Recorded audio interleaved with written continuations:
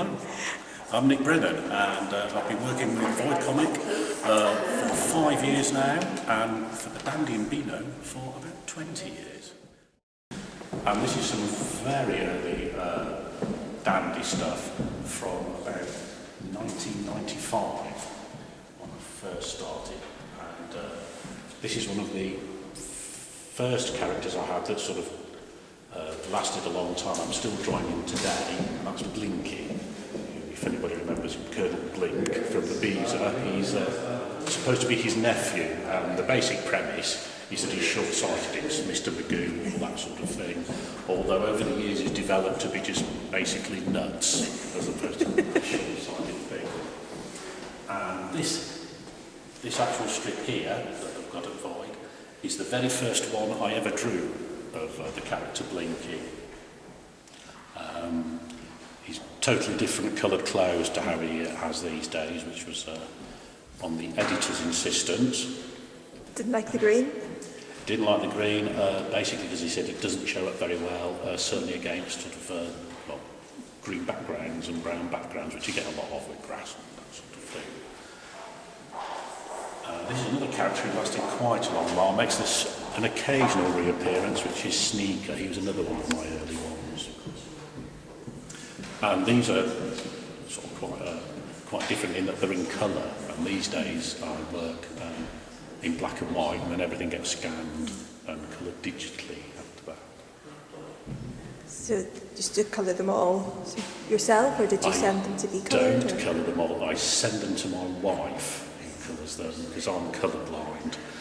And my first attempts at colouring were less than successful. Right, now this very recent one, Billy Weezer, I was given to draw about 3 months ago, which was a treat. They wanted a new artist, and they chose me, which was very nice. The idea behind this is, especially with Derry having a sort of history of the murals and everything, is I've kicked it off with a picture of Artie, who's the star of the Void comics. And what I'm hoping is that anybody can come in and add to this, draw a little cartoon figure somewhere, and we're hoping that by the end of the exhibition this will just be totally covered. Along this wall, this is some of the original artwork from various comics. The current one, which was a very odd one because I had to draw it for my own exhibition and write it, is the 24th one I've produced for this. So there's 24 of the comics, and we've got the original artwork for 8 of them. Everything is related to whatever exhibition's on at the time. And the basic premise is, this was Bill Drummond's exhibition, and Bill Drummond had everybody writing a score for a piece. It didn't necessarily have to be a musical piece, but that was the kick-off. And the first frame of every comic is Artie having been to see an exhibition at Void, and then he decided he's going to emulate it, try and do his own thing. In this instance, he wrote a score.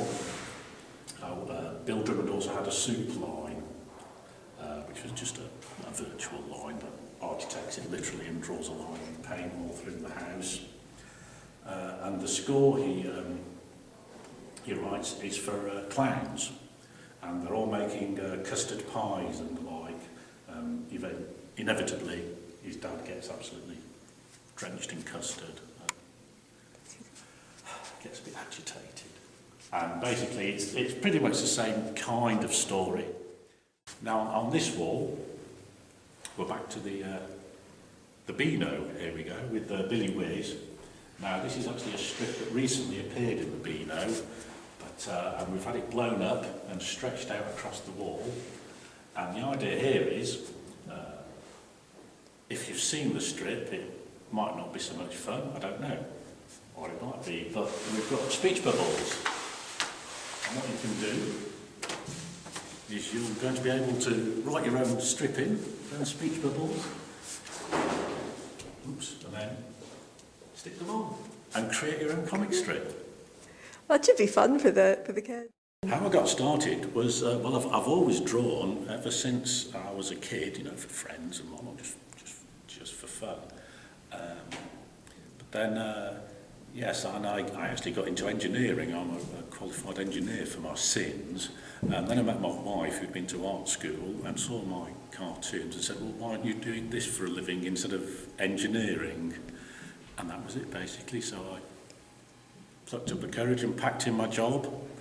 And that was that. And spent a few years on the dole with no success whatsoever. And but then got a job with the Dandy and never looked back, really. How did that sort of go? Did you send in some work just off on spec?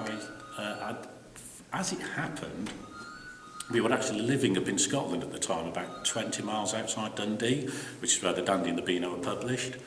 And I had a copy of the Writers and Artists Yearbook, and in it said that the Dandy liked to encourage new artists.